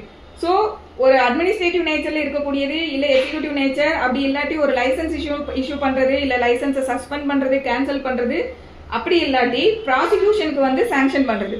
ப்ராசிக்யூஷனை sanction பண்ணுறது வந்து நமக்கு வந்து அவங்க சில கேசஸில் இப்போ state வந்து appeal போகணுமா வேண்டாமான்னு டிசைட் பண்ணுறதெல்லாம் வந்து இங்கே டிஸ்ட்ரிக்ட் மேஜிஸ்ட்ரேட் கிட்ட இருந்து அவங்க சொல்லுவாங்க, இந்த இதுக்கு வந்து அப்பீல் போக வேண்டான்றதெல்லாம் வந்து சில இடத்துல ஸ்டேட்டுங்கிறது அந்த இடத்துல அவங்க வருவாங்க.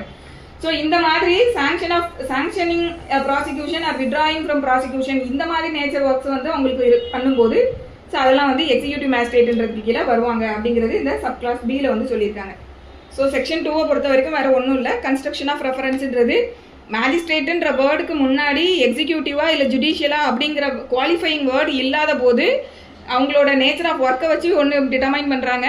இன்னொன்று வந்து மேஜிஸ்ட்ரேட்டாக ஃபர்ஸ்ட் கிளாஸ் இல்லைனா செகண்ட் கிளாஸ்ன்னு சொல்லியிருக்காங்க. அது முன்னாடி வந்து ஜுடிஷியலாக எக்ஸிக்யூட்டிவான்னு சொல்லலை அப்படிங்கும்போது அது வந்து டெஃபினட்டாக வந்து ஜுடிஷியல் மேஜிஸ்ட்ரேட்டை தான் குறிக்குது அப்படின்றது 3 சப் கிளாஸ் 1ல் சொல்லியிருக்காங்க. வேறு ஒன்றுமே இல்லை. Then next trial of offence under Bharatiya Nyaya Sanhita, சரி செக்ஷன் 4 இல்லையா? ஆமாம் கரெக்ட் தான். கரெக்ட் தான் madam. Correct. Okay. Trial of offences under Bharatiya Nyaya Sanhita 2023 and other laws. All offences under the Bharatiya Nyaya Sanhita 2023 shall be investigated, inquired into, tried and otherwise dealt with according to the provisions herein after contained. So நமக்கு பிஎன்எஸ்ல 2023 பார்க்கக்கூடிய எல்லா அஃபென்சஸையும் இந்த சட்டத்தில் சொல்லியிருக்கக்கூடிய, நம்ம இப்போ பார்த்துருக்கோம் பிஎன்டபிள்எஸ், இந்த சட்டத்தில் சொல்லியிருக்கக்கூடிய முறையில் தான் இன்வெஸ்டிகேஷன் கண்டக்ட் பண்ணணும், இன்கொயரி கண்டக்ட் பண்ணணும், ட்ரையல் எடுக்கணும். ட்ரைடுனா வேற ஒன்றும் இல்லை, ட்ரையலை தான் அவங்க மீன் பண்ணுறாங்க. ஸோ இன்வெஸ்டிகேஷன் சொல்லும்போது போலீஸ் வந்து கண்டக்ட் பண்ணக்கூடிய எல்லா ப்ரொசீடிங்ஸும் for the purpose of collection of evidence, அது இன்வெஸ்டிகேஷன். இன்கொயரி அப்படிங்கும்போது அதர் தேன் ட்ரையல் எல்லாமே இன்கொயரி. ட்ரைடு அப்படின்னு சொல்லும்போது ட்ரையல் எல்லாமே வந்து இதுக்கு கீழே. ஸோ இந்த 3 விஷயங்களுமே வந்து பிஎன்எஸ்ல சொல்லியிருக்கக்கூடிய குற்றங்கள் தொடர்பு பட்டது. இந்த 3 விஷயங்களுமே இந்த சட்டத்தில் சொல்லியிருக்க முறைப்படி செய்யணுன்றது ஃபர்ஸ்ட் பார்ட்ல சொல்லியிருக்காங்க சப் கிளாஸ் 1ல். Then sub clause 2, all offences under any other law for that any other law shall be investigated, inquired into, tried and otherwise dealt with according to the same provisions but subject to any enactment for the time being in force regulating the manner of place of investigation, enquiring into trying or otherwise dealing with such offence. So இப்போ special ஆக்டாக இருக்கும்போது நம்ம வழக்கமாக பார்த்துட்டு வர்றதான் special ஆக்ட்னு ஒன்று வந்துருச்சுனாலே அந்த special ஆக்டில் சொல்லியிருக்கக்கூடியது தான் வந்து ப்ரிவேல் ஆகும் அப்படிங்கிறது. ஸோ மற்ற இந்த பிஎன்எஸ் இல்லாத மற்ற சட்டங்களை பொறுத்த வரைக்கும் இந்த சட்டத்தில் சொல்லியிருக்க மாதிரி என்கொயரி இன்வெஸ்டிகேஷன் ட்ரையல் வந்து கண்டக்ட் பண்ணலாம். பட் அந்த சட்டத்தில் வேறு மாதிரி பண்ணணும், எந்த இடத்துல மேனர் ஆஃப் பிளேஸு இல்லை மேனர் ஆஃப் இன்வெஸ்டிகேஷன் இல்லை மேனர் ஆஃப் என்கொயரி இல்லை மேனர் ஆஃப் ட்ரையல் வந்து அந்த சட்டத்தில் வேறு மாதிரி சொல்லியிருக்காங்க அப்படின்னா that will prevail over the BNSS அப்படிங்கிறது இந்த சப்கிளாஸ் 2ல வந்து சொல்லியிருக்காங்க. தென்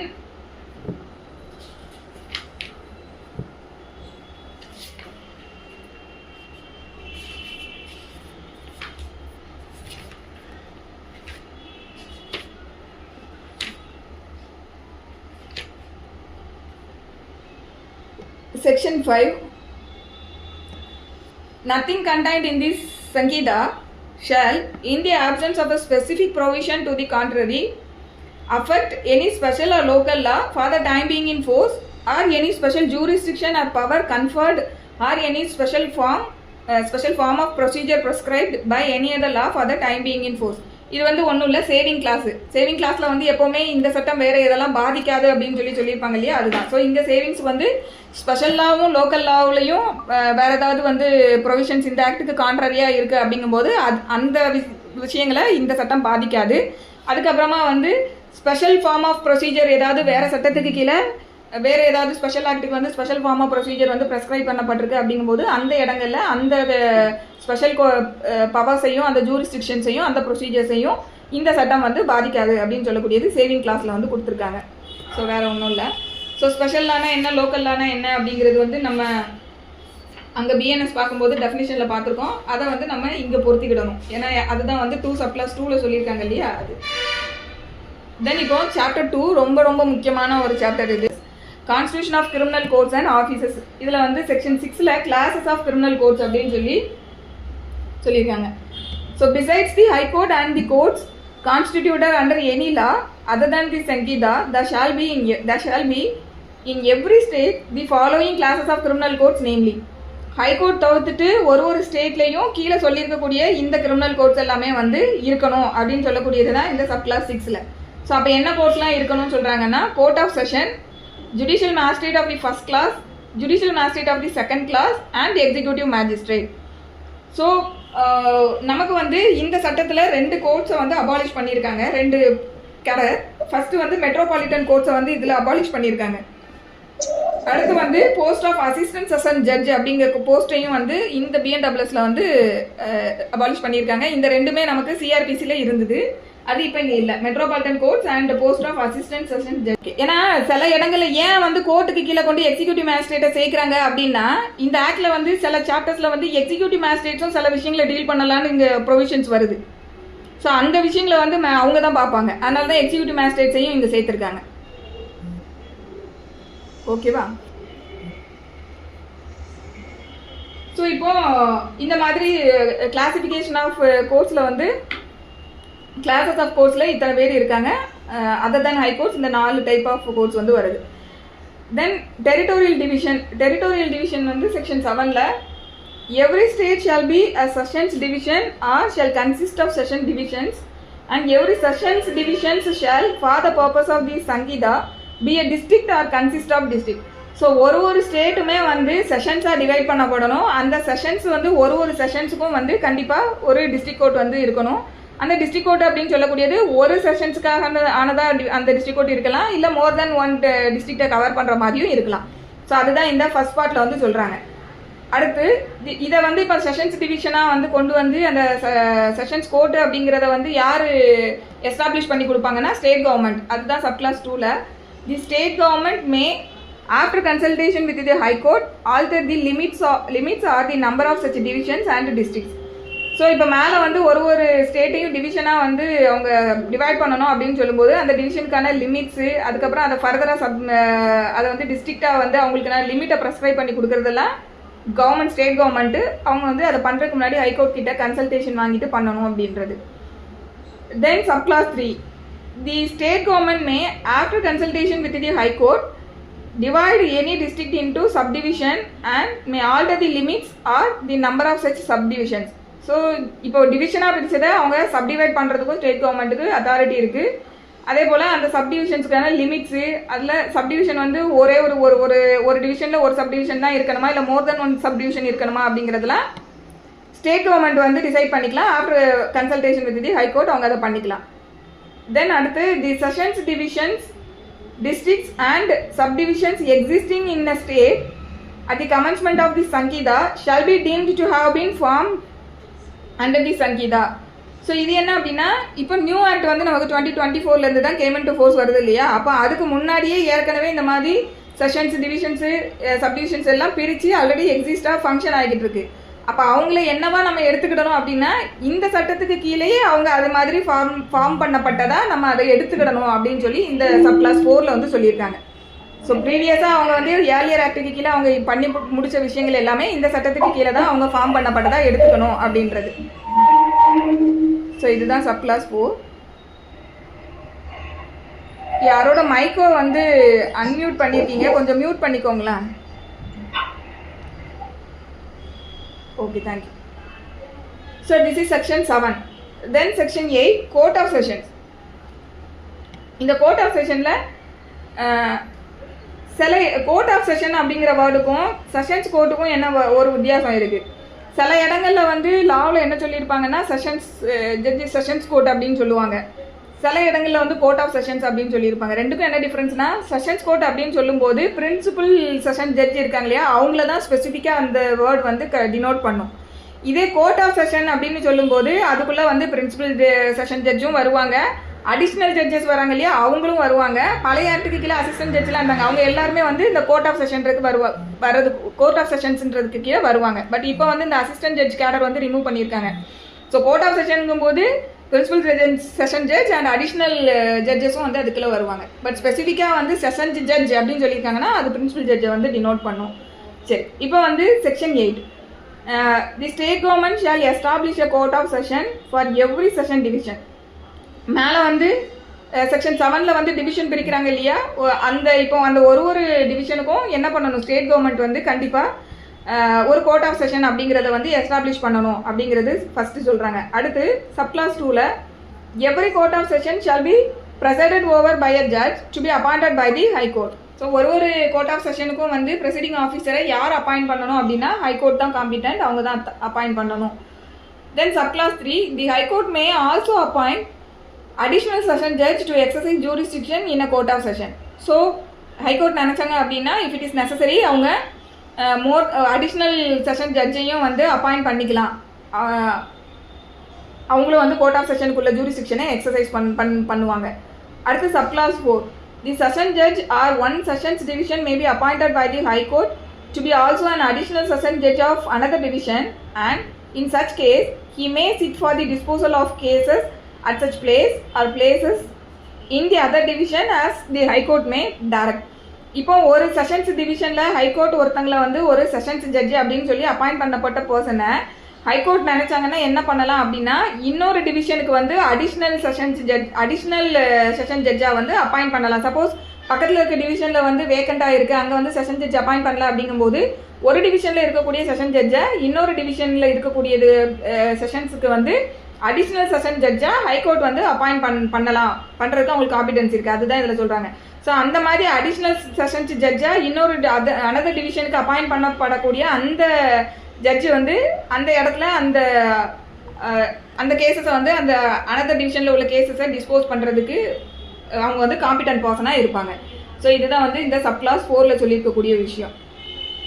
தென் subclass 5ல் where the officer of the session judge is vacant, the High Court may make arrangements for the disposal of any urgent application which is or may be made pending before such court of session by an additional session judge or if there be no additional session judge by a chief judicial magistrate in the session division. இப்போ ஒரு session ஜட்ஜில் வந்து session ஜட்ஜோட post வந்து வேக்கண்டாக இருக்குது அப்படிங்கும்போது high court என்னெல்லாம் பண்ணலாம் அப்படின்னா இந்த செஷன் ஜட்ஜோட கேசஸ் அவங்களோட வந்து அப்ளிகேஷன்ஸ் அர்ஜென்ட் கேசஸ் இதெல்லாம் வந்து டிஸ்போசல் பண்ணுறதுக்காக ஒரு அடிஷ்னல் செஷன்ஸ் ஜட்ஜை இந்த செஷன்ஸ் ஜட்ஜோட ஒர்க்கை பார்க்குறதுக்கும் ஹைகோர்ட் வந்து அரேஞ்ச்மெண்ட்ஸ் பண்ணி கொடுக்கலாம். சப்போஸ் இப்போ செஷன் ஜட்ஜும் வேக்கண்டாக இருக்குது, அடிஷ்னல் செஷன் ஜட்ஜும் இல்லை அப்படின்ற பட்சத்தில் இந்த செஷன்ஸ் ஜட்ஜோட ஒர்க்கை வந்து பார்க்குறதுக்கு யாரை என்கேஜ் பண்ணலான்னா சீஃப் ஜுடிஷியல் மேஜிஸ்ட்ரேட்டை கூட ஹைகோர்ட் வந்து அப்பாயிண்ட் பண்ணலாம் அப்படிங்கிறது தான் இந்த சப்கிளாஸ் 5ல சொல்லியிருக்காங்க. ஸோ சப்கிளாஸ் 4 பொறுத்த வரைக்கும் ஒரு செஷன் ஜட்ஜை அனதர் டிவிஷனுக்கும் சேர்த்து பார்க்க சொல்லி போடலாம். சப்கிளாஸ் 5 பொறுத்த வரைக்கும் செஷன் ஜட்ஜோடதே வேக்கண்டாக இருக்குங்கும்போது அவங்களோட கேசஸை டிஸ்போஸ் பண்ணுறதுக்காக ஹைகோர்ட் நினச்சாங்க அப்படிங்கும்போது இன்னொரு அடிஷ்னல் செஷன் ஜட்ஜு அதை பார்க்க சொல்லி போடலாம். அடிஷ்னல் செஷன் ஜட்ஜும் இல்லாத பட்சத்தில் சீஃப் ஜுடிஷியல் மேஜிஸ்ட்ரேட்டை அதுக்கு வந்து என்கேஜ் பண்ணலாம். And every such judge or magistrate shall have jurisdiction to deal with any such application. So இந்த மாதிரி இந்த ப்ரொவிஷன் கீழே அப்பாயிண்ட் பண்ணக்கூடிய அந்த அடிஷ்னல் ஜட்ஜாக இருக்கட்டும், செஷன் ஜட்ஜாக இருக்கட்டும், இல்லை சீஃப் ஜுடிஷியல் மேஜிஸ்ட்ரேட்டாக இருக்கட்டும், இவங்க வந்து அந்த செஷன் ஜட்ஜுக்கு உள்ள பவர்ஸ் என்னென்னலாம் இருக்கோ அந்த இதோட அவங்க டீல் பண்ணுறதுக்கான ஜூரிஸ்டிக்ஷன் இவங்களுக்கும் இருக்கும் அந்த அப்ளிகேஷன்ஸை டீல் பண்ணுறதுல.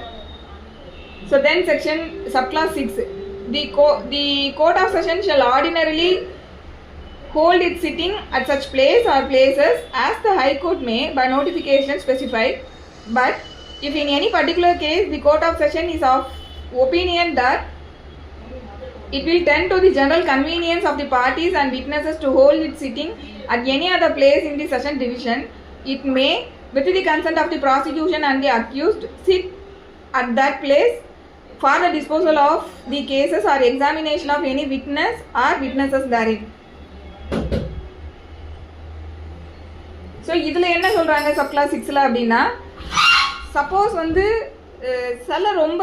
சில கேசஸில் வந்து எப்படி இருக்கும் அப்படின்னா, ரெகுலராக ஒரு கோர்ட் ஆஃப் செஷன் ஒரு கோர்ட் இருக்குது, அங்கே வச்சு அவங்களால கேஸை நடத்த முடியாது. இப்போ உதாரணத்துக்கு இந்திரா காந்தியோட அசாசினேஷன் கேஸ் எல்லாம் வந்து ஸ்பெசிஃபிக்காக வந்து ஒரு இடத்துல தான் வந்து நடத்தினாங்க அப்படின்னு சொல்லுவாங்க. ஐ திங்க் ஜெயில் நினைக்கிறேன், சப்ஜெக்ட் டு கரெக்ஷன், ஏதோ ஒரு அங்கேயே தான் வந்து ட்ரையல் எல்லாமே கண்டக்ட் பண்ணனா சொல்லுவாங்க. ஸோ அந்த மாதிரி இஃப் இட் இஸ் நெசசரி அப்படிங்கும்போது ஆர்டினரியாக செஷன்ஸ் கோர்ட் வந்து ரெகுலராக எங்கே ஃபங்க்ஷன் ஆகிட்டு இருக்கோ அந்த இடத்துல இல்லாமல் ஹைகோர்ட்டோட நோட்டிஃபிகேஷன் கீழே வேறு ஏதாவது ஒரு பர்டிகுலர் பிளேஸில் வந்து இந்த ஸ்பெசிஃபிக்கான கேசஸை நடத்துறதுக்கு அலாட் பண்ணுறதுக்கு ஹைகோர்ட்டுக்கு வந்து காம்பிடன்சி இருக்குது. ஸோ அது என்னன்னா general convenience of the parties as well as the witness. அவங்களுக்கு வந்து ஏன்னா இப்போ அந்த மாதிரி முக்கியமான சில கேசஸில் வந்து விட்னஸ் வெளியில் இருந்தால் பிரச்சனை, அந்த மாதிரிலாம் இருக்கும்போது 2 பேரையும் கேட்டுட்டு இந்த இடம் ஓகேவா அப்படின்னு சொல்லி 2 ப்ராசிக்யூஷன் அதை கூட ஆப்போசிட் பார்ட்டி 2 பேரோட கன்வீனியன்ஸ்க்கு தகுந்த மாதிரி ஏதாவது ஒரு இடத்துல ஹைகோர்ட் வந்து பை நோட்டிஃபிகேஷன் செஷன்ஸ் கோர்ட்டு இங்கே ஃபங்க்ஷன் ஆகும்னு சொல்லி அலாட் பண்ணலாம். அதுதான் வந்து இந்த சப்கிளாஸ் 6.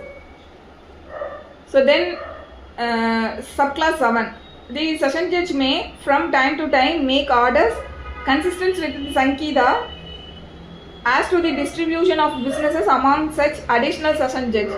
ஸோ அடிஷ்னல் செஷன்ஸ் ஜட்ஜஸ்க்கு வந்து பிஸ்னஸை வந்து டிஸ்ட்ரிபியூட் பண்ணி கொடுக்கறது வந்து செஷன்ஸ் ஜட்ஜ் தான் அதை பண்ணுவாங்க. ஸோ அடிஷ்னல் செஷன் ஜட்ஜ் வந்து டேரெக்டாக அவங்க அப்படியே வந்து கேஸ் அவங்களுக்கு போகாது. Sessions judge principal session judge இருக்காங்க இல்லையா, அவங்க தான் வந்து இவங்களுக்கு மேட் ஓவர் பண்ணுவாங்க, கேஸை வந்து இவங்க தான் வந்து டிஸ்ட்ரிபியூட் பண்ணி கொடுப்பாங்க. ஸோ அதுதான் வந்து இந்த subclause 7. Then subclause 8, the session judge may also make provisions for the disposal of any urgent application in the event of his absence or inability to act by an additional session judge, or if there be no additional session judge, by the chief judicial magistrate, and such judge or magistrate shall be deemed to have jurisdiction to deal with any such application. இது subclass 8ல என்னன்னா, நம்ம மேலே இதே மாதிரி ஒரு provision பார்த்துருப்போம். அங்கே வந்து என்ன பார்த்துருப்போம்னா, ஹைகோர்ட் வந்து வேக்கண்டாக இருக்கும்போது ஒரு அடிஷ்னல் செஷன் ஜட்ஜையோ இல்லை சீஃப் ஜுடிஷியல் மேஜிஸ்ட்ரேட்டையோ செஷன் ஜட்ஜோட பிளேஸில் வந்து என்கேஜ் பண்ணலாம், disposal of the urgent application அப்படிங்கிறது. இங்கே என்ன சொல்கிறாங்கன்னா, செஷன் ஜட்ஜுக்கே அந்த காம்பிடன்சி இருக்குது. இப்போ நாளைக்கு வந்து செஷன் ஜட்ஜ் வந்து ஒரு 1 வீக் லீவ் போட போகிறாங்கன்னா அவங்க வந்து ப்ரேயராகவே அவங்களோட ஒர்க்கை வந்து இந்த அர்ஜென்ட் அப்ளிகேஷன்ஸ் எல்லாம் வந்து யார் டீல் பண்ணணுங்கிறத அவங்க அப்போவே வந்து அடிஷ்னல் செஷன் ஜட்ஜுக்கோ இல்லை அடிஷ்னல் செஷன் ஜட்ஜ் இல்லை அப்படின்னா சீஃப் ஜுடிஷியல் மேஜிஸ்ட்ரேட் பார்க்கணும்னு சொல்லி அவங்க அலாட் பண்ணிவிட்டு என்கேஜ் பண்ணிட்டு போகலாம். ஸோ அந்த மாதிரி பண்ணும்போது இந்த additional session judge or magistrate வந்து அந்த அப்ளிகேஷனை டீல் பண்ணுறதுக்கான எல்லா ஜூரிஸ்டிக்ஷனும் இவங்களுக்கு இருக்கிறதா டீம் பண்ணப்படும். ஸோ இதுதான் வந்து இந்த subclause 8. Then explanation, for the purpose of the Sanhita, appointment does not include the first appointment, posting or promotion of a person by the government to any service or post in connection with the affairs of the union or of a state where under any law such appointment, posting or promotion is required to be made by the government. So இப்போ நம்ம மேலே இவ்வளோ நேரம் வந்து அப்பாயின்மெண்ட்னு words பார்த்துட்டே வந்தோம் இல்லையா. So session ஜட்ஜி அப்படிங்கும்போது அவங்க வந்து ஹைகோர்ட் தான் அவங்கள அப்பாயிண்ட் பண்ணணும் அப்படின்றதெல்லாம் நம்ம பார்த்துக்கிட்டே வந்தோம் இல்லையா. ஸோ இங்கே மேலே இந்த ப்ரொவிஷனை பொறுத்த வரைக்கும் அப்பாயின்மெண்ட்டுன்ற வேர்டு வந்து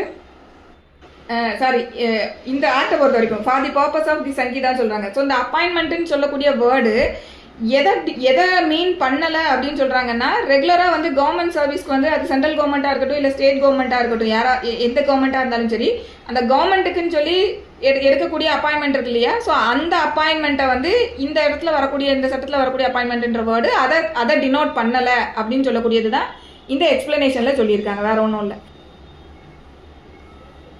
ஸோ அது வந்து கவர்மெண்ட் சர்வீஸ்க்கு வந்து பண்ணக்கூடிய ஃபர்ஸ்ட் அப்பாயின்மெண்ட்டாக இருந்தாலும் சரி, இல்லை வேறு ஏதாவது போஸ்டிங் இல்லை ப்ரொமோஷனில் வரக்கூடியதாக இருந்தாலும் சரி, அந்த அப்பாயின்மெண்ட்டு இது கிடையாது அப்படின்றது இந்த எக்ஸ்பிளனேஷனில் இருக்குது. ஸோ இது ஜுடிஷியல் அப்பாயின்மெண்ட்டுன்றது அந்த கவர்மெண்ட் சர்வீஸ் அப்பாயின்மெண்ட்டுன்றது டோட்டலி டிஃப்ரெண்ட். அதுவும் இதுவும் ஒன்றும் இல்லை அப்படின்றது தான் இதில்.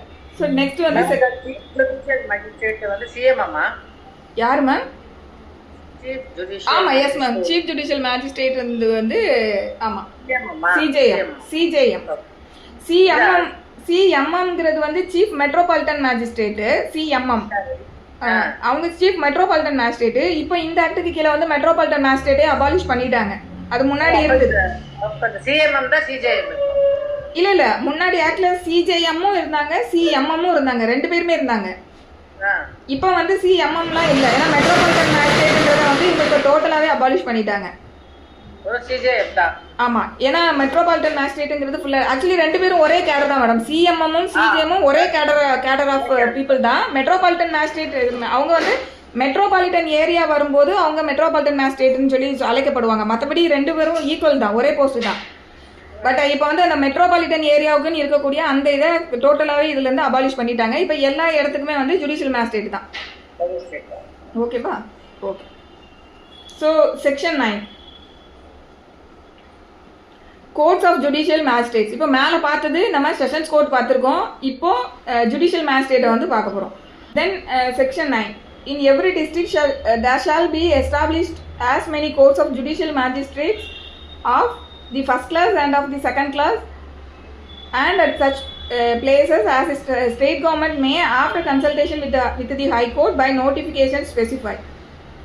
ஸோ ஒரு டிஸ்ட்ரிக்ட்டுக்குமே வந்து courts of judicial magistrate of first class and second class அப்படிங்கிறது வந்து ஸ்டேட் கவர்மெண்ட் ஒரு டிஸ்ட்ரிக்ட்டுக்கும் எஸ்டாப்ளிஷ் பண்ணணும் with the consultation of the high court அப்படிங்கிறது இதில் சொல்லியிருக்காங்க. Then provided that the state government may after consultation with the high court establish for any local area one or more special courts of judicial magistrate of the first class or of the second class to try any particular case or particular class of cases, and where any such special court is established no other court of magistrate in the local area shall have jurisdiction to try any case or classes of cases for the trial of which such special court of the judicial magistrate has been established.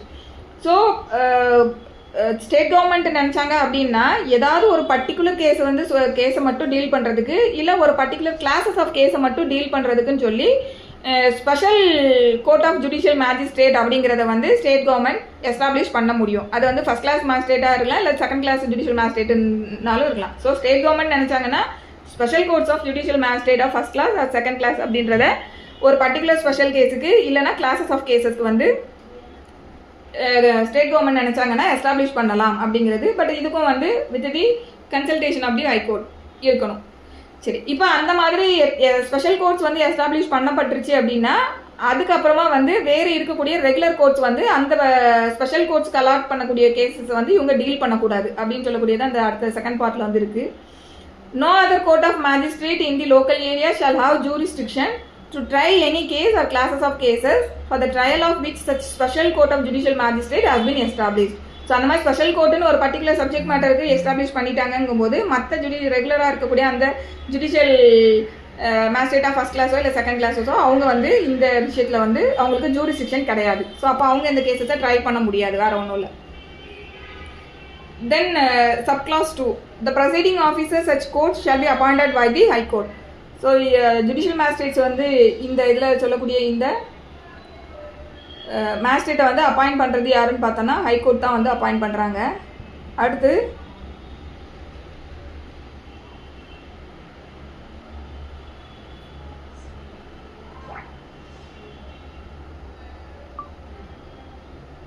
subclass 3.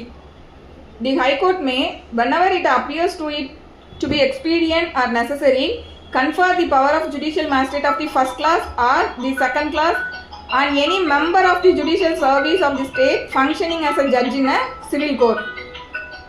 So இது என்ன அப்படின்னா high court வந்து இது necessary இல்லைனா இது வந்து இப்போ நம்ம இந்த இதை எக்ஸ்பீரியண்ட்டாக ஒரு விஷயத்த பண்ணணும் அப்படின்ற மாதிரி ஹைகோர்ட்டுக்கு தோணுச்சுன்னா அவங்க என்ன பண்ணலாம் அப்படின்னா ஜுடிஷியல் மேஜிஸ்ட்ரேட்டாக ஃபர்ஸ்ட் கிளாஸ் செகண்ட் கிளாஸ் இப்போ நம்ம பார்த்தோம் இல்லையா, அவங்களோட பவர்ஸை வந்து யாருக்கு கன்ஃபர் பண்ணலாம் அப்படின்னா சிவில் ஜட்ஜஸ்க்கு வந்து கன்ஃபர் பண்ணலாங்க. சிவில் ஜட்ஜஸ்னால் நமக்கு வந்து இப்போ முன்சிஃபாக அப்பாயிண்ட் பண்ணப்படுறாங்க இல்லையா, சிவில் ஜட்ஜ் எக்ஸாம் எழுதி முன்சிஃப் கோர்ட்டில் வந்து சிவில் ஜட்ஜின்னு சொல்லி முன்சிஃபாக அப்பாயிண்ட் ஆகுறாங்க இல்லையா.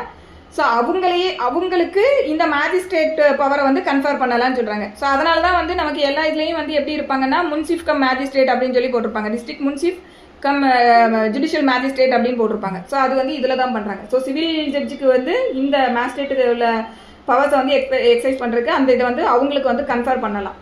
ஸோ அதுதான் இந்த சப்கிளாஸ் 3ல வந்து சொல்லியிருக்காங்க. அடுத்து section 10. Section 10 chief judicial magistrate and additional chief judicial magistrate. இப்போ மேலே செக்ஷன் 9 பொறுத்த வரைக்கும் ஜென்ரலாக வந்து கோர்ட்ஸ் ஆஃப் ஜுடிஷியல் மேஜிஸ்ட்ரேட்ஸ்னு பார்த்துட்டோம். இப்போ அதுக்கு கீழே வந்து கிளாஸிஃபை பண்ணி சீஃப் ஜுடிஷியல் அண்ட் அடிஷ்னல்னு சொல்லி உள்ள பிரிக்கிறாங்க இல்லையா, அதுதான் வந்து இந்த 10ல வந்து சொல்லியிருக்காங்க. In every district, the High Court shall appoint a judicial magistrate of the first class to be the chief judicial magistrate.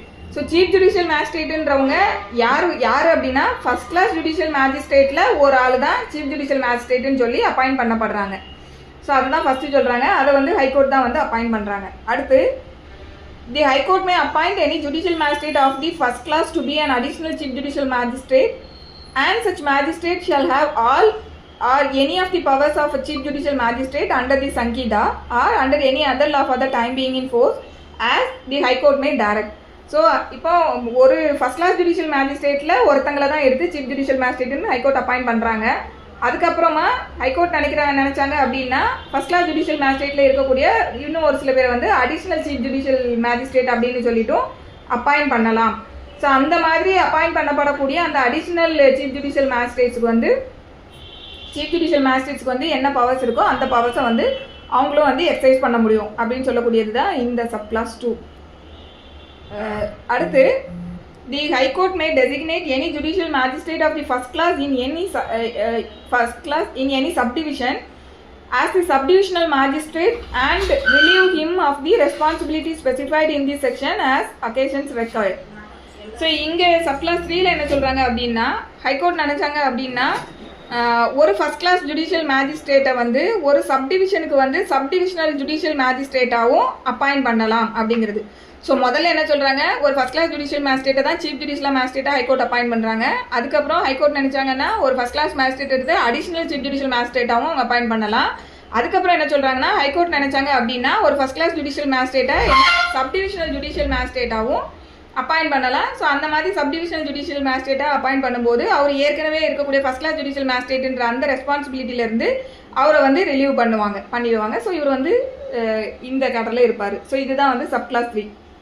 Then subclause 4ல subject to the general control of the chief judicial magistrate every subdivisional judicial magistrate shall also have and exercise such power of supervision and control over the work of the judicial magistrates other than the chief judicial magistrate, other than the additional chief judicial magistrate in the subdivision as the High Court may by general or special order specify in this behalf. So இப்போ ஒரு subdivisional judicial மேஜிஸ்ட்ரேட்னு சொல்லி ஒருத்தங்களை வந்து high court appoint பண்ணுறாங்க இல்லையா. So இந்த subdivisional magistrate வந்து யாரோட கண்ட்ரோலில் இருப்பாங்க அப்படின்னா ஜென்ரல் கண்ட்ரோல் வந்து சீஃப் ஜுடிஷியல் மேஜிஸ்ட்ரேட்டோட ஜென்ரல் கண்ட்ரோலில் இருப்பார். பட் அவர் வந்து சீஃப் ஜுடிஷியல் மேஜிஸ்ட்ரேட்டோட ஜென்ரல் கண்ட்ரோலில் இருந்தாலும் அவர் வேற யாரெல்லாம் வந்து சூப்பர்வைஸ் பண்ணலாம் கண்ட்ரோல் பண்ணலாம் அப்படின்னு பார்த்தோம்னா அவருக்கு கீழே இருக்கக்கூடிய ஜுடிஷியல் மேஜிஸ்ட்ரேட்ஸை வந்து இவர் சூப்பர்வைஸ் அண்ட் கண்ட்ரோல் பண்ண முடியும். யாரை இவர் வந்து சூப்பர்வைஸ் கண்ட்ரோல் பண்ண முடியாதுன்னா அடிஷ்னல் சீஃப் ஜுடிஷியல் மேஜிஸ்ட்ரேட்ஸை வந்து அவர் பார்க்க முடியாது. ஏன்னா அடிஷ்னல் சீஃப் ஜுடிஷியல் மேஜிஸ்ட்ரேட்டுன்னு சொல்லக்கூடியவங்களும் சீஃப் ஜுடிஷியல் மேஜிஸ்ட்ரேட்டுன்னு சொல்லக்கூடியவங்களும் ஈக்குவல் கேடர் தான். ஸோ இவரே வந்து சீஃப் ஜுடிஷியல் மேஜிஸ்ட்ரேட்டோட ஜெனரல் கண்ட்ரோலில் இருப்பார். இவருக்கு கீழே இருக்கக்கூடிய ஜுடிஷியல் மேஜிஸ்ட்ரேட்ஸை வந்து இவர் சூப்பர்வைஸ் பண்ணலாம் கண்ட்ரோல் பண்ணலாம். But additional chief judicial magistrates வந்து இவர் வந்து சூப்பர்வைஸாக கண்ட்ரோலாக பண்ண முடியாது. ஸோ இதுதான் வந்து இந்த சப்கிளாஸ் 4ல சொல்லியிருக்கக்கூடிய விஷயம். Next section 11 special judicial magistrate. இந்த ஸ்பெஷல் ஜுடிஷியல் மேஜிஸ்ட்ரேட் அப்படிங்கிறது என்னென்னா, ஹைகோர்ட் நினச்சாங்க அப்படின்னா ஏதாவது ஒரு பர்சனை ஒரு பர்டிகுலரான ஒரு விஷயத்தை டீல் பண்ணுறதுக்கு ஸ்பெஷல் ஜுடிஷியல் மேஜிஸ்ட்ரேட்னு சொல்லி அப்பாயிண்ட் பண்ணுறதுக்கு ஹைகோர்ட்டுக்கு பவர் இருக்குது. ஸோ இதுதான் இந்த 11ல் சொல்லியிருக்காங்க. The high court may if requested by the central or state government so to do confer upon any person who holds or has held any post under the government or any of the powers conferred on are conferable by or under the Sankida on a judicial magistrate of the first class or the second class in respect to particular case or to a particular classes of cases in any local area.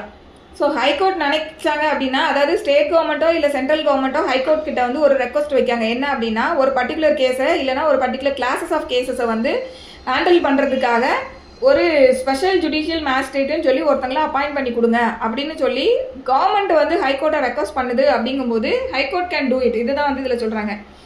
So இப்படி பண்ணும்போது யார் appoint பண்ணலான்னு சொல்கிறாங்க அப்படின்னு பார்த்தோன்னா,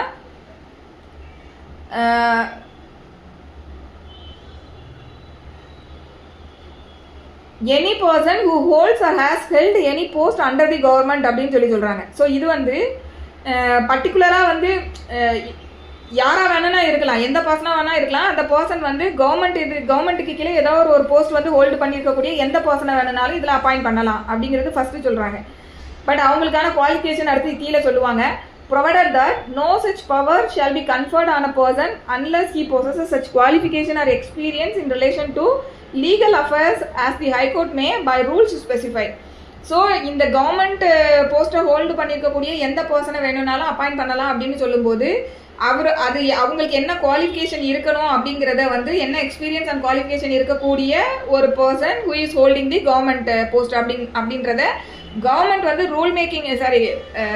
high court வந்து அவங்களோட rule making பவருக்கு கீழே ரூல்ஸில் என்ன ப்ரெஸ்கிரைப் பண்ணி கொடுக்காங்களோ அந்த காம்பிடன்சி அண்ட் எக்ஸ்பீரியன்ஸ் குவாலிஃபிகேஷன் இருக்கக்கூடிய பர்சனை தான் அப்பாயிண்ட் பண்ணணும் அப்படின்னு சொல்கிறது இது சப் கிளாஸ் 2. அடுத்து